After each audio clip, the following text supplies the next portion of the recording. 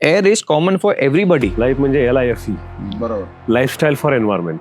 पण आपण जर विचार केला तर हवेच्या प्रदूषणामुळे किती आपला मेडिकल एक्सपेन्स किती ही वाढलेला गोष्ट आहे. खरी, खरं हे महत्वाचं सांगा. हा खूप कोणी महत्वाचं. विचार केला का? हे जे मॉनिटरिंग स्टेशन आहेत हे आमचे बेस आहे. हम्म. ह्यांच्याच आधारे आम्ही पुढचे धोरण ठरवतो. आज मार्केटमध्ये आपल्या मोबाईल फोनवर अनेक ॲप आहेत. हो. AQI म्हटलं की असे हजारो ॲप येतात, पण तो ॲपचा डेटा कुठून आला आहे, हो. ऑथेंटिकेट आहे का? तर आपण सुद्धा जर गाडी गरजेची आहे का घरातून बाहेर पडताना, बरोबर. हा एक छोटासा विचार केला पाहिजे. हम्म. याला आरोप केला जातो की हे काम कुणाचं आहे, हे काम पोल्युशन कंट्रोल बोर्डाचं आहे. बरोबर. पण तसं न करता आपणच जर स्वतः clean environment starts with me, आपण जर असं सुरुवात केली तर नक्कीच प्रत्येकाच्या खारीच्या वाट्याने निश्चितच पर्यावरण सुधारण्यासाठी हातभार लागेल. पण हा बदल घडवण्यासाठी तुम्हाला त्याचं मूलभूत कारण काय आहे हम्म. हे पहिलं शोधणं फार गरजेचं आहे.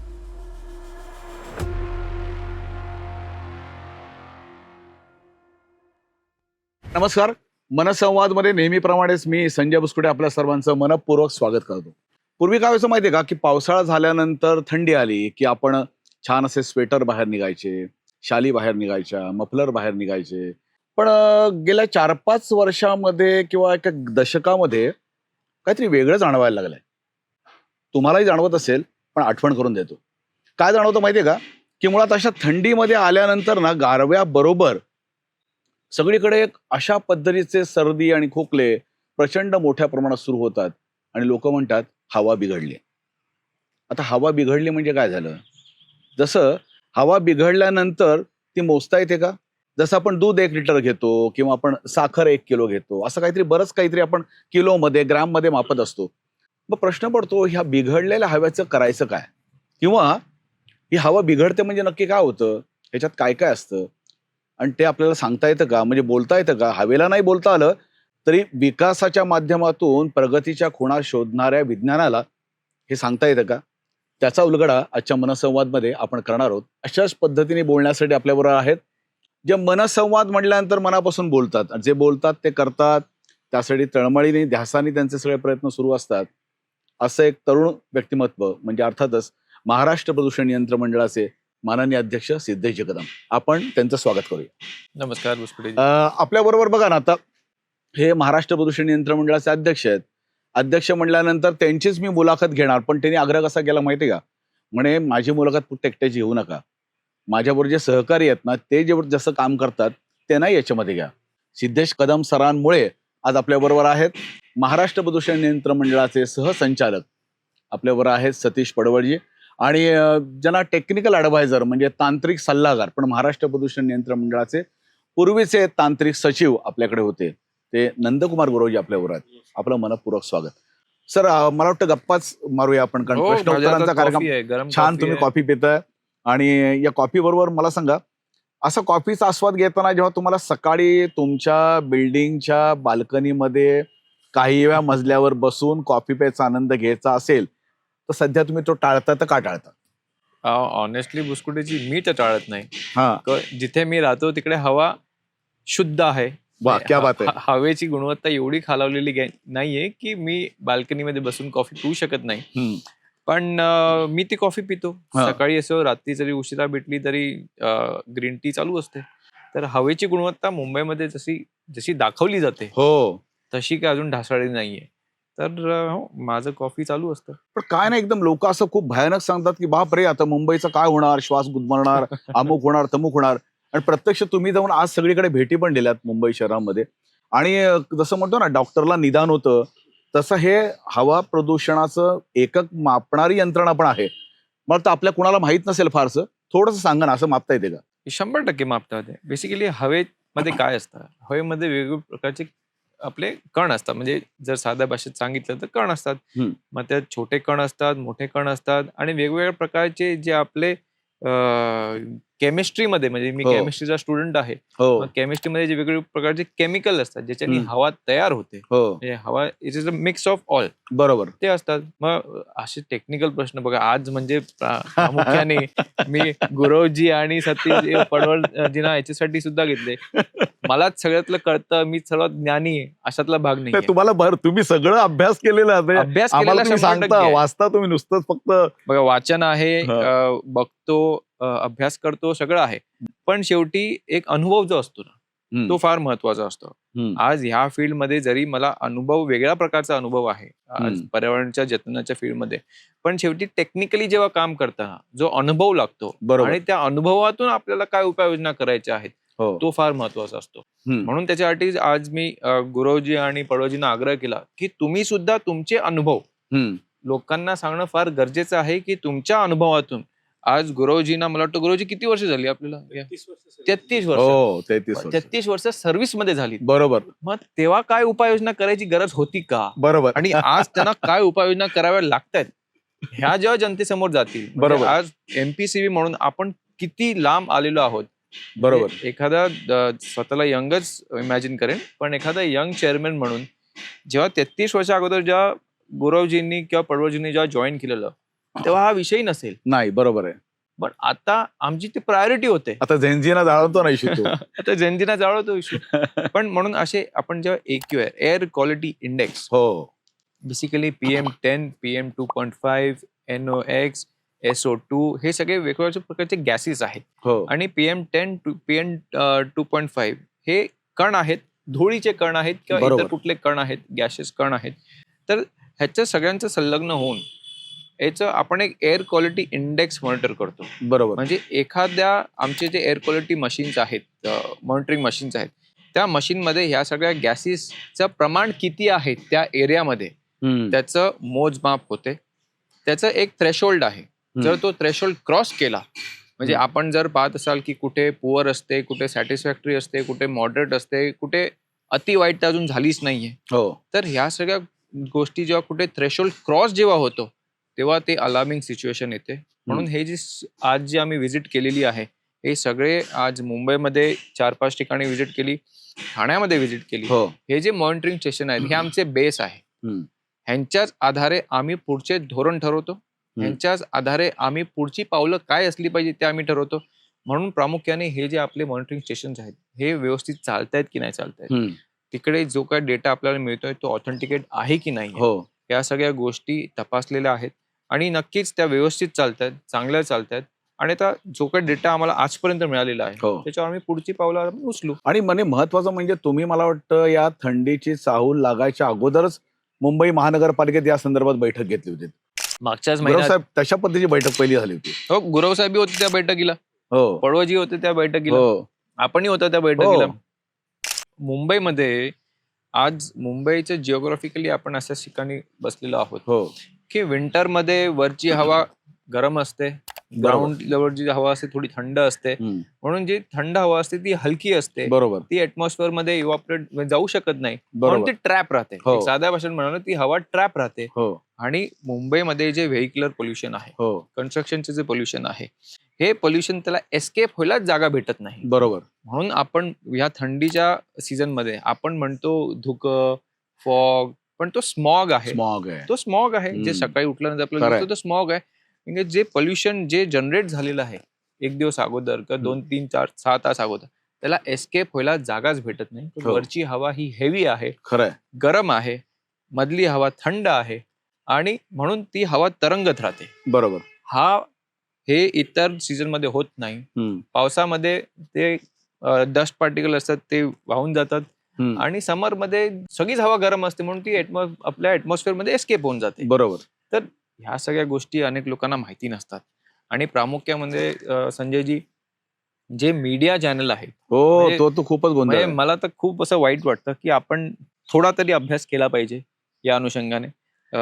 पण सगळीच करत नाही, याच्यातला भाग नाही. तुम्ही माध्यमाला सांगता की बाबा माध्यमांची तर भूमिका खूप महत्वाची खूप असते महत्वाची आहे, आणि खूप त्यांनी महत्त्वाची. अभ्यास करून बोललं पाहिजे आणि त्याने तो घबराट पसरवायची, विपर्यास्त काहीतरी करायचं. 100% मध्ये मध्यंतरी एका वर्तमानपत्रात ठाण्यामध्ये अशा पद्धतीची बातमी आली होती आणि मग मात्र तुम्ही ते खोलात जाऊन सगळं पाहिलं आणि प्रत्यक्ष काहीच नव्हतं. आज मार्केटमध्ये आपल्या मोबाईल फोनवर अनेक ऍप आहेत. हो AQI म्हटलं की असे हजारो ऍप येतात, पण तो ऍपचा डेटा कुठून आला आहे, हो ऑथेंटिकेट आहे का? खरंय. आज आपल्या फोनवर सुद्धा इंटरनल सुद्धा एक ऍप आहे, ऍप आहे पण बरोबर. तो ऑथेंटिकेट आहे का? खरंय. तर नाही.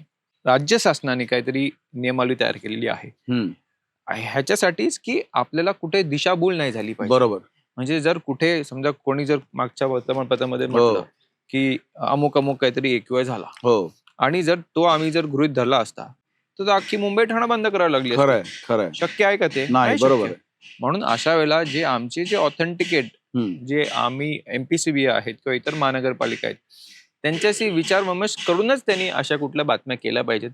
उगाच नागरिकांमध्ये कुठेतरी संभ्रम निर्माण होतो हो की आज अधिकारी वर्ग काही काम करत नाही, प्रशासन काही काम करत नाही. पण एक मात्र आपण लक्षात घेतलं पाहिजे की मुंबई, ठाणा किंवा इतर कुठली मोठी शहरं आहेत हो हे आता अशा फेज मध्ये आहेत की ते डेव्हलपमेंट फेज मध्ये आहेत. बरोबर.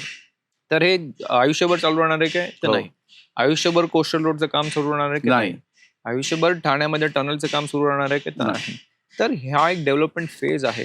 हा फेज एकदा थांबला हो की नक्कीच आपण इम्प्रुव्हमेंटसाठी 100% त्याच्यामध्ये प्रयत्न करू. म्हणजे एकूण हवा प्रदूषण आणि या सगळ्या गोष्टींना थोडंसं असलेलं कारणीभूत म्हणजे माणसंच आहेत. त्यांनीच निर्माण केलेले प्रश्न आहेत आणि तेच स्वतःला प्रश्न विचारतात दुसऱ्याला समोर ठेवून की हा सोडवायचा कसा. 100%. आज जर मी आज जो डेटा पाहिला सगळ्या स्टेशन्स मध्ये मेजॉरिटी PM10. हो PM10चा सोर्स काय असतं? व्हेक्युलर, म्हणजे आपल्या बरोबर. गाड्यांमधून. नंतर नॉक्स कुठं नसतं तर गाड्यांमधून असतं. हो तर आपण सुद्धा जर गाडी गरजेची आहे का घरातून बाहेर पडताना बरोबर. हा एक छोटासा विचार केला पाहिजे.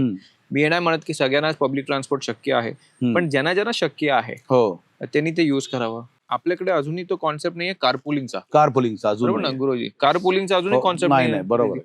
तर मी जेव्हा बाहेरगावी होतो, हो ऑस्ट्रेलियामध्ये होतो, कारपुलिंग इज अ कॉन्सेप्ट. हो युनिव्हर्सिटीमध्ये जाताना 4 जण काही सगळ्यांची गाडी घेऊन जात नव्हते, एकत्र जायचं. कारपुलिंग. बरोबर कारपुलिंग. तर अशा सगळ्या गोष्टीवर आपल्याला त्या गोष्टी अंमलात आणाव्या लागतील. पण द क्रक्स इज संजयजी, दरवेळी मी सांगतो, खरंय खरं. Behavioural change. Yes yes yes behavioural change. जोपर्यंत मी स्वतःहून काय करत नाही तोपर्यंत बिहेवियरल चेंज येणार नाही. मी बघा ना आता बघा म्हणजे मगाशी ते म्हटले ना की मी सहकार्यांबरोबर घेतो तो त्यांचा मोठेपणा आहे, पण एकूण पाहिलं तर त्यांचा अभ्यास किती आहे पाहिलात ना आपण. म्हणजे खरं तर हे प्राध्यापक उत्तम झाले असते. पण नको अगोदरच ते मला महाराष्ट्र सगळे म्हणतात संजयजी की मी एखादा प्राध्यापक सगळंच वागतो, म्हणजे मी छडी घेऊनच असतो. सगळे ज्येष्ठ आहेत पण सगळ्यांना असं वाटतं की मी छडी घेऊनच असतो डिपार्टमेंट मध्ये सुद्धा. नाही पण नाही तुमची एक कलेक्टिव्ह एफर्ट असेल ना Yes. तर त्याला रिझल्ट मिळतो. एकला चलो मध्ये काही रिझल्ट भेटत नाही. मग मागे बोलून वाढलं तर कोणी नसतं, बरोबर. त्याला रिझल्ट येणार नाही. नाही नाही आम्हाला खरं काय बरं वाटतं माहितीये का मनसंवाद यांच्याशी करताना की नवीन येणारी ही जी पिढी आहे म्हणजे आता कारण आम्ही आता 50ची उंबरठे ओलांडून गेलोय, त्यामुळे ही नवीन जी पिढी येणारी आहे ना ही इतकी साक्षर आहे, त्यांना पुढच्या 25 वर्षाचं ध्येय डोळ्यासमोर ठेवून आजचं वर्तमान जगतायत. गुरुसाहेब तुम्हाला काय वाटतं? आता तुमचं 33 वर्षाची सर्व्हिस झाली, तुम्ही तर कोल्हापुरातले, म्हणजे थंडी तर तुम्हाला सांगायची गरज नाही. मुंबईत आल्यावर हा जो बदल गेला 2 दशकामध्ये झालाय तुम्हाला काय सांगता येईल? सर्वप्रथम किती मी चुकलो आपण? तुम्हाला आपण जे मला पहिले जे प्रश्न विचारले त्या प्रश्नाचे पहिल्यांदा मी उत्तर देतो. सरांनी जसं म्हणले की तुम्ही पहिल्यांदा म्हटलात की सरांनी त्यांचे सहकारी आणलेले आहेत की जे एक्सपिरियन्स्ड आहेत, परंतु गेल्या सरांच्या मार्गदर्शनाखाली गेले 1.5 वर्ष काम करत असताना सरांच्याकडे जे विजन आहे किंवा पर्यावरण इम्प्रूव्हमेंट करण्याच्या अनुषंगानं त्यांचे जे ॲक्शन प्लॅन किंवा त्यांच्या ज्या आयडियाज आहेत त्या अंमलबजावणी करत असताना ह्या 1.5 वर्षामध्ये मला अतिशय सुंदर अनुभव आलेला आहे. मला सांगायला खूप अभिमान वाटतो की मला माननीय रामदास कदम साहेबांनी त्यावेळी संधी दिली की एका टीममध्ये काम करण्याची की जे देशामध्ये आपण एक उदाहरण देऊ शकलो देशाला, आणि तो देशानं नंतर फॉलो केला. बेसिकली तो सरांनी पण मागच्या त्यांच्या मनसंवादमध्ये सांगितलेला आहे की प्लॅस्टिक बॅन हे एवढे कसे होते त्या अनुषंगाने त्यांनी टीम बिल्ड केली आणि त्या टीम बिल्डमध्ये मला सहभागी होण्याचा संधी मिळाली. ती खूप खरंच मी माझं भाग्य समजतो. सरांनी ज्यावेळी जॉईन झाल्यानंतर सर्वात पहिल्यांदा मला त्यांनी सांगितलं होतं की गुरुसाहेब आपण सॉइल पोल्युशनच्या बाबतीमध्ये आपण काय करू शकतो, whether we can prepare one policy for soil pollution. म्हणजे असे विचार करणारे सरांच्या मार्गदर्शनाखाली आम्ही काम करत आहोत. दुसरं आपण सांगितलं की मी 33 वर्षापूर्वी होतो, मी थोडंसं बॅकला जातो की मी बॅचलर ऑफ इंजिनिअरिंग एन्व्हायरमेंट केल्यानंतर 1987ला पर्यावरण काय असतं, पर्यावरणामध्ये काय स्कोप असतो किंवा पर्यावरण काय करायचं असतं हे खरंच काहीच माहीत नव्हतं. म्हणजे आमच्या बॅचमधले सर्व लोक जे होते, बी एन्व्हायरमेंट 1987ला मी पासआउट झालो आणि त्यावेळी पर्यावरण विषय हा तसा दुर्लक्षितच, बेसिकली दुर्लक्षितच, कारण लोकांना त्याची जाणीव नव्हती, लोकांना झळ पोचत नव्हती, पर्यावरणाचे जे परिणाम आहेत ते जाणवत नव्हते. आपण जसं म्हटलात तसं पूर्वी थंडी सीझन प्रॉपर असायचा, उन्हाळा प्रॉपर असायचा, पावसाळा सीझन पण प्रॉपर असायचा. पण जसं ऋतुमान बदलत गेलं तसं हे पर्यावरणाचं जे आहे महत्त्व वाढत गेलं आणि आम्हाला खरंच पहिल्या दशकामध्ये म्हणजे 80-90 ते म्हणजे 87 ते 2000 पर्यंत, 2008 97-98 पर्यंत आम्हाला असं वाटतं आम्ही का पर्यावरण घेतलं, त्याच्यापासून काय आम्हाला फायदा आहे किंवा आम्ही काय करू शकतो. पण नंतर आमच्या असं लक्षात आलं की आपण खरंच, आपल्याला परमेश्वराने एक संधी दिलेली आहे की पर्यावरणामध्ये काम करण्याची. पण जो बदल हवामानाचा मोठा दिसतोय, थंडीबद्दल आपण पोल्युशन ज्याला म्हणतो हवा प्रदूषण, त्यात थोडंसं मनसंवादचं महत्वाचं आहे. हवा काय बदललेलं जाणवतं बदल का तुम्हाला? 100% बदलले जाणार आहे, कारण सरांनी जसं सांगितलं की हा विकास चालू आहे सर्व. आणि शेवटी कसं असतंय की एखादी गोष्ट आपण करायला लागल्यानंतर त्याचे परिणाम जे आहेत ते निश्चित तयार होतात. घरामध्ये जर आपण आमटी टाकली फोडणीला, त्याचा वास तुमच्या हॉलमध्ये येतोच. तसं नवीन नवीन इंडस्ट्रीज आल्यामुळे चिमण्या आल्या, फ्युएल बर्निंगचे बॉयलर्स आले, केमिकल्स फॅक्टरी मोठ्या मोठ्या प्रमाणामध्ये आल्या. आपल्याला विजेची गरज, आता विजेची गरज इतकी आहे, विजेची गरज असल्यामुळे आपल्याला वीज निर्माण करणारे कारखाने तयार करायला लागले आणि त्यामुळं कोळसा जाळल्यामुळं किती प्रमाणामध्ये पोल्युशन होतं. त्यामुळे एअर क्वालिटीचा जो फरक आहे, जो 85-90च्या दरम्यान होता आणि आता ह्याच्यामध्ये निश्चितच फरक झालेला आहे. कारण वातावरण तेच आहे, पण उत्सर्जन करणाऱ्या संस्था वाढलेल्या आहेत. बरोबर, उत्सर्जन अगदी बरोबर. करणारे पण मग नाही, मग मला असं वाटतं सर, तुम्ही सांगा, म्हणजे खरंच विकास, शाश्वत विकास सगळं करतायत ते मनुष्यच करतोय. म्हणजे आपण असं म्हणतो की निसर्गातल्या इतर प्राणी मात्रांनी काही सोडलं नाही. म्हणजे आजही हत्तीला राग आला म्हणून तो हरणाला उचलून असं मारत नाही, एवढा बलवान असून, पण माणूस मात्र सगळे उद्योग करतोय. मग शाश्वत विकासाची संकल्पना राबवायची कोणी, का फक्त ते जरा शासनावर सोडून चालेल? काय वाटतं तुम्हाला? सगळ्यांनी कसा विचार केला पाहिजे याचा? संजयजी, कसं आहे की आपण जे डेव्हलप नेशन्स आहेत ना, त्यांच्याकडे पाहून कुठेतरी आपली वाटचाल एवढी वर्ष करत होतो. हो. जे डेव्हलप नेशन्स आहेत त्यांनी कधी पर्यावरणाची चिंता केली नाही. बरोबर आहे. तेव्हा ती प्रायोरिटी सुद्धा नव्हती. हो. पण जेव्हा आपली वेळ आली डेव्हलप्ड व्हायची, हो, तेव्हा दी वर्ल्डचा जो क्लायमेट फॅक्टर आहे तो पूर्ण जगामध्ये त्याचे प्रतिसाद दिसायला लागले. म्हणून फक्त आपणच नाही, असे जगामध्ये जेवढे देश आहेत ते डेव्हलपिंग नेशन आहेत, वर्ज ऑन द डेव्हलप बरोबर नेशन, त्यांना कुठेतरी हा बॅलन्स करायची विचार करण्याची गरज आहे. आपण त्यासाठी मागे राहिलो का, तर 100% मागे राहिलो. हो. आपण डेव्हलप झालो असतो का, तर 100% डेव्हलप झालो असतो. पण आता ती काळाची गरज आहे. फक्त आपल्या देशापुरता विचार करून चालणार नाही, तर पूर्ण जगाचा विचार जर आपण केला, पूर्ण जगाचा क्लायमेट चेंजचा विचार केला, तर त्याच्यासाठी आपल्याला आपलं इकोलॉजिकल बॅलन्स, डेव्हलपमेंट आणि इकोलॉजिकल बॅलन्स हे फक्त आपणच नाही, म्हणजे प्रशासन म्हणून नाही, तर प्रत्येक नागरिकांनी सुद्धा केला पाहिजे. म्हणजे जसं मी साधं उदाहरण दिलं, कार पुलिंग, त्याच पद्धतीने जे व्यवसाय सुद्धा आपल्याकडे जे येत आहेत, तर अनेक व्यवसाय, अनेक बिझनेसेस, इंडस्ट्रीज जे आपल्याकडे येतात, ते सुद्धा आता त्याच दृष्टिकोनातून विचार करतात. बिकॉज कुठेतरी आता जर तुम्ही इकोलॉजिकल बॅलन्स आणि तुमचा व्यवसाय आणि प्लस पुढे जाऊन त्याचं रेव्हेन्यू जनरेशन, तुम्ही जर ते केलं तरच तुमचे जे पैसे आहेत गुंतवलेले, तरच तुम्हाला त्याच्यातून रेव्हेन्यू परत येईल. बरोबर. शेवटी तो पण एक फॅक्टर आजच्या बिझनेस सर्कलमध्ये तो कन्सिडर केला जातो. अगोदर केलं जात नव्हता. बरोबर. अगोदर फक्त माझे पैसे कसे वाचतायत, बरोबर, ह्याच्यावर लक्ष देत होते.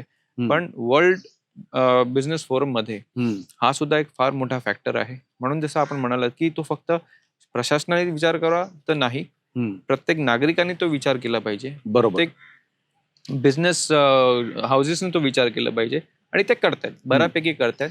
पण ज्या पद्धतीने जसं आपली डेव्हलपमेंट होत आहे, त्या पेसनी तो विचार होत नाही. 10 ठिकाणी जर प्रोजेक्ट सुरू असतील, त्यातले क्वचित 3 किंवा 4 किंवा 5 प्रोजेक्टर्स त्या अनुषंगाने विचार करतायत. बाकी अजूनही 10 प्रोजेक्ट जे आहेत ते आपलं जे चलता ऍटिट्यूड आहे, तो ऍटिट्यूड अजूनही चालू आहे. पण दरवेळेला काय होतं की तो जो चलता ऍटिट्यूड तो फक्त त्या 5 प्रोजेक्ट करता सीमित राहत नाही, बरोबर. तो सगळ्यांना अफेक्ट करतो. हम्म.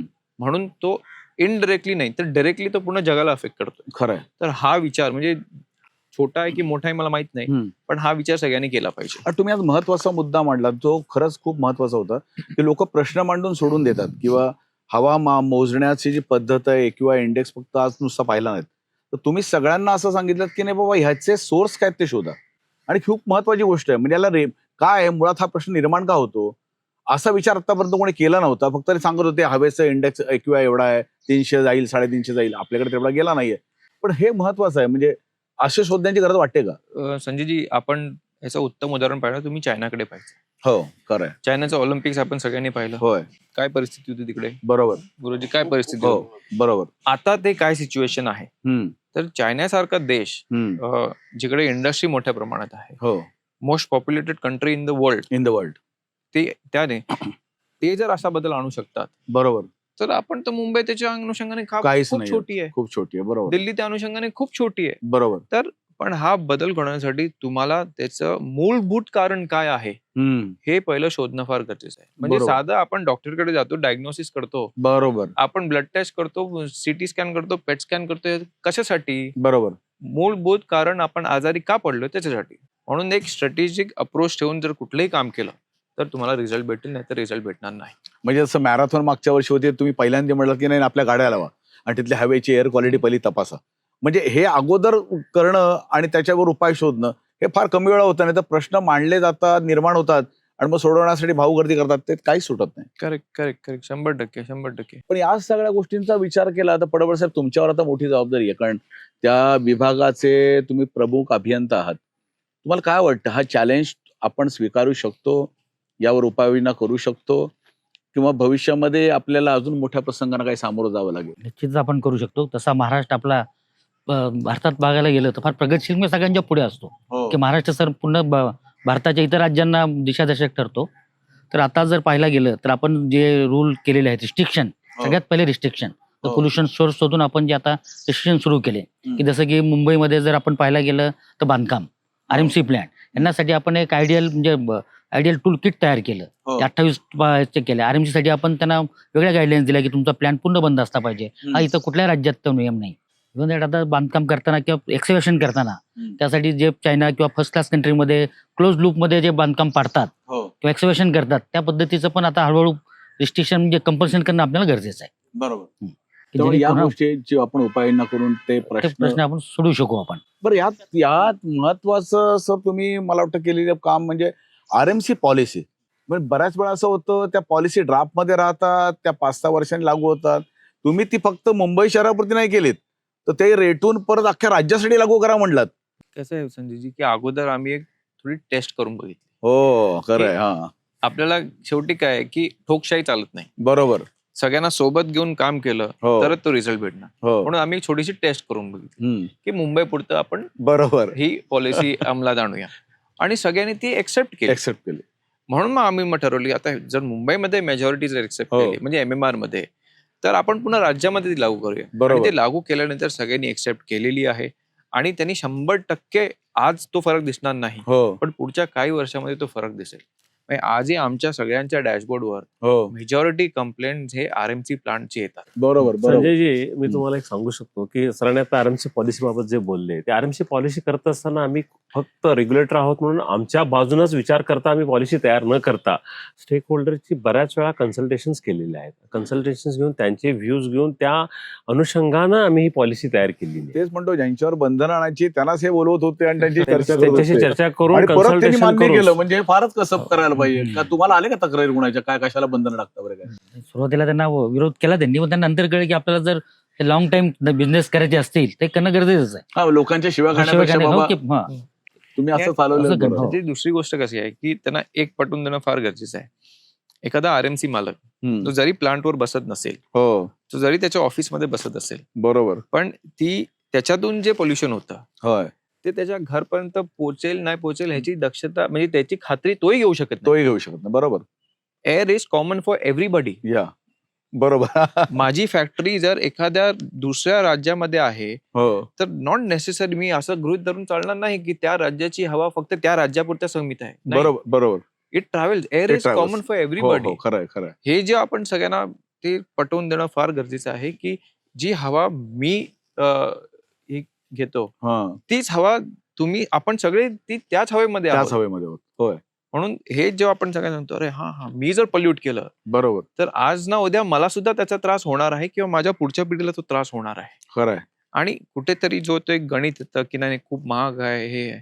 पण आपण जर विचार केला तर हवेच्या प्रदूषणामुळे किती आपला मेडिकल एक्सपेन्स किती हो, ही वाढलेला गोष्ट आहे. खरी. खरंय. हे महत्वाचं सांगा, हा सांगा. हा खूप कोणी महत्वाचं. विचार केला का? नाही नाही नाही, बरोबर आहे. म्हणजे खूप फक्त हवाच नाही तर अगदी आपण बरोबर आहे. पाणी पाहिलं हवा आणि पाणी या हो, दोघांमुळे हो, ओव्हरऑल आपण वर्षातून आपला मेडिकल एक्सपेन्स किती खूप वाढलेला आहे, आहे. खूप मोठ्या प्रमाणात. कितींदा आपण केमिस्ट म्हणून नॉर्मल हो गोळ्या हो हो. तुमच्या घसाच्या गोळ्या खूप. किंवा इतर गोळ्या आपण किती घेतो मी वर्षातून? 4 महिने खातोय. एक्झॅक्टली. बिकॉज हे काय आहे की हे आपण कुठेतरी एक तर आपल्या लाईफस्टाईल मध्ये आपल्या चेंजेस झालेत म्हणून आणि नक्कीच जे प्रदूषण जे हवेचं प्रदूषण हे नाही म्हणेन की ते आउट ऑफ कंट्रोल आहे हा. पण 100% ते अशा स्टेजवर आहे की तो नागरिकांना त्रास होतो त्यांना. हा, बरोबर. ओव्हरऑल आपली इम्युनिटी सुद्धा आता अगोदर म्हणजे नाही, पूर्वी बरोबर गुरवजी किंवा बरोबर बरोबर. जसं की राहिली नाहीये. बरोबर, खरं खरं आहे, इम्युनिटी बरोबर. सुद्धा डाऊन झालेली डाऊन आहे. झालेली आहे. तर ह्या अनुषंगाने आपण प्रदूषणामुळे आपला मेडिकल एक्सपेन्स सुद्धा वाढलेला आहे. हम्म. पण तो कमी करण्यासाठी मी एकटा करू शकत नाही. बरोबर. आम्ही सगळे एकटे करू शकत नाही.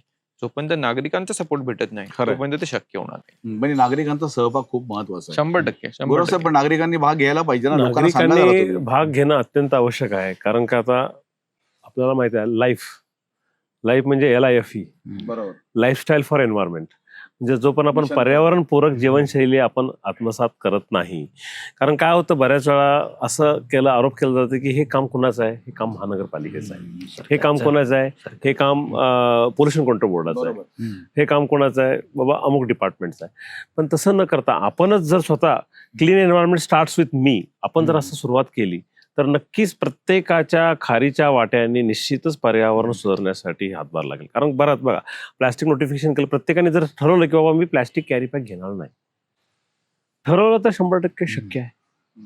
पण हे ठरवण्यासाठी आपल्याला बिहेव्हिअरल चेंज, सरांनी सांगितलं असं बिहेव्हिअरल चेंज करण्याची आवश्यकता आहे. बरोबर साहेब, मला सांगा, नियम, दंडुका, पोलीस सगळं बळाचा वापर करून लोक ऐकतात, समजून सांगून ऐकतात, गंभीराने मोठा प्रश्न निर्माण झाला की मृत्यूच्या भीतीने ऐकतात. काय वाटतं तुम्हाला? कायद्याने तर ऐकतातच ते, त्यांना ऐकावंच लागतं कायद्यांना. आणि शेवटी की भविष्याचा ज्यावेळी ते विचार करतात की बाबा मला जर बिझनेस आता लॉंग टाइम करायचा आहे किंवा मी माझ्या परिवाराचा किंवा पुढच्या पिढीचा विचार करतो, त्यावेळी स्वतःला बंधन घालून घेणं त्यांना गरजेचं आहे. आणि ते करता येतात. बऱ्यापैकी पाहिलं आपण छोटे छोटे उद्योग सुद्धा पर्यावरणाविषयी जागरूक झालेले आहेत. आता तसं RMC प्लांट आपण तशी मोठी बिझनेस इंडस्ट्री नाही ती, तर आज मुंबईत जर गेलो आपण तर जो 70% RMC प्लांटने पूर्णपणे प्लांट त्याची झाकून घेतलेले. इव्हन दॅट कन्स्ट्रक्शन साईटवर तुम्हाला फॉगर दिसतील. हो. प्रत्येक कन्स्ट्रक्शन साईटवरचे 25 फुटाचे पत्रे लावलेले आहेत, हिरव्या जाळ्या लावलेल्या आहेत त्यांनी. जाताना येताना ते चाक धुतात. म्हणजे ह्या प्रॅक्टिस आधी नव्हत्या. 3 वर्षापूर्वी आपला हा नियम पण नव्हते. आता म्हणजे बांधकामासाठी नियमावली नव्हती, बरोबर. कशासाठी पण नव्हती. पण ज्या ज्यावेळी आपण जशी आपले एकवे वाढत गेले की आतापर्यंत आपल्याला विजिबिलिटी कधीच कमी दिसली नाही. हो. 2-3 वर्षापासूनच आपल्या मुंबईची विजिबिलिटी कमी होत चालली होती. आपलं जसं लक्षात आलं, आता बघितलं गेलं आपण त्या 15 दिवसात परत आपली एअर क्वालिटी अजून चांगल्या ह्याच्यामध्ये गेलेली. होय. महानगरपालिकेने ह्याच्यावर ते सुरू केलं, डीप क्लिनिंग सुरू केले, बरोबर. रस्ते साफसफाई सुरू केले, फुटपाथावर म्हणजे जे धूळ बसलेली होती ते साफ केली. पण या मागच्या 15 दिवसामध्ये बऱ्यापैकी एकवे आपला जो वाढला होता दिवाळीनंतर लगेच, त्यामुळे तो बऱ्यापैकी कमी झालेला आहे. पुष्कळजी एक विषय संजय सांगायचा राहिला की आज बेसिकली आपण आउटडोर एअर बद्दल फार चर्चा करतो. हो, खरंय. इंडोरचं पण कधी आपण विचार केला का की आज आपण सगळे आहोत, बरोबर. आपण सकाळी 10 ते संध्याकाळी 7 वाजेपर्यंत एअर कंडिशन ऍटमॉस्फिअर मध्ये असतो. बरोबर. इंडोर. बरोबर. इंडोर. ऑफिस मधून उतरायला 5 मिनिटं लागतात. बरोबर. गाडीत बसतो, परत तो 1.5 तास परत आपण इंडोर असतो. हो, ठीक आहे. खरंय. ते झालं की आपण मग परत घरी बिल्डिंग वरून वरती जातो, परत इंडोर. बरोबर. आपण आउटडोर मध्ये किती वेळ खरंय, घालवतो खरंय खरंय. हा आपण एक अभ्यास केला पाहिजे. मी सगळ्यांचेच म्हणत आलं नाही. लक्षात. बरं, सगळं पण एक कॉमन पण- सगळीकडे असंच आहे. हा. नाही, हा आहेच. म्हणून आम्ही स्टडी केलेले आहे. 1 नाही 2 नाही, किती 3 स्टडी केलेले आहे. हो, बापरे. त्या स्टडीमध्ये असं आढळलं आहे की indoor air quality is worse than outdoor air. बापरे, my God. That is the fact. My God. आणि आता आम्ही ब्राउन युनिव्हर्सिटी सुद्धा जे आहे त्यांच्यासोबत आम्ही एक कोलॅबरेशन करतोय. अच्छा they are the pioneers in indoor air quality. अच्छा हो आणि त्याच्यामध्ये आपण अजून अभ्यास करणार आहोत हम्म, की इंडोर एअर क्वालिटीसाठी आपण काय केलं पाहिजे. बरोबर म्हणजे जशी नियमावली, जसे गाईडलाईन्स आपण आउटडोर साठी करतोय बरोबर तसे इंडोर साठी करणं पण फार गरजेचं आहे. हो हो तसं मी म्हणतोय की आपण जे प्रगत देश आहेत खरं आहे त्यांनी ऑलरेडी ते करायला सुरुवात केलेलं आहे. बरोबर आता आपण झगडतोय, लढतोय आउटडोर साठी, बरोबर पण इंडोर इज वे वर्स दॅन दॅट. बरोबर व्हेंटिलेशन नाही, 24 तास एसी मध्ये असतो, एसीचे फिल्टर साफ करत खरंय. नाही, एसीचे जाळ्या साफ करत नाही. बरोबर दॅट इज वर्स्ट. बरोबर म्हणजे आपण जे आजाराचं प्रमाण वाढलेलं आहे त्याला आउटडोर पेक्षा इंडोर एअर क्वालिटी ही त्याला कारणीभूत आहे. बघा आता सरांनी जे सांगितलं ना त्याप्रमाणे ना मी पण, ज्याला असं एक खूप छान म्हण आहे की अज्ञानाची जाणीव होणं हे ज्ञानाचं लक्षण मानलं जातं. तशी माझी अज्ञानाची जाणीव सर तुम्ही मला करून दिलीत. कारण मी आजपर्यंत विचार फक्त बाहेरच्या एअर क्वालिटीचा करत होतो.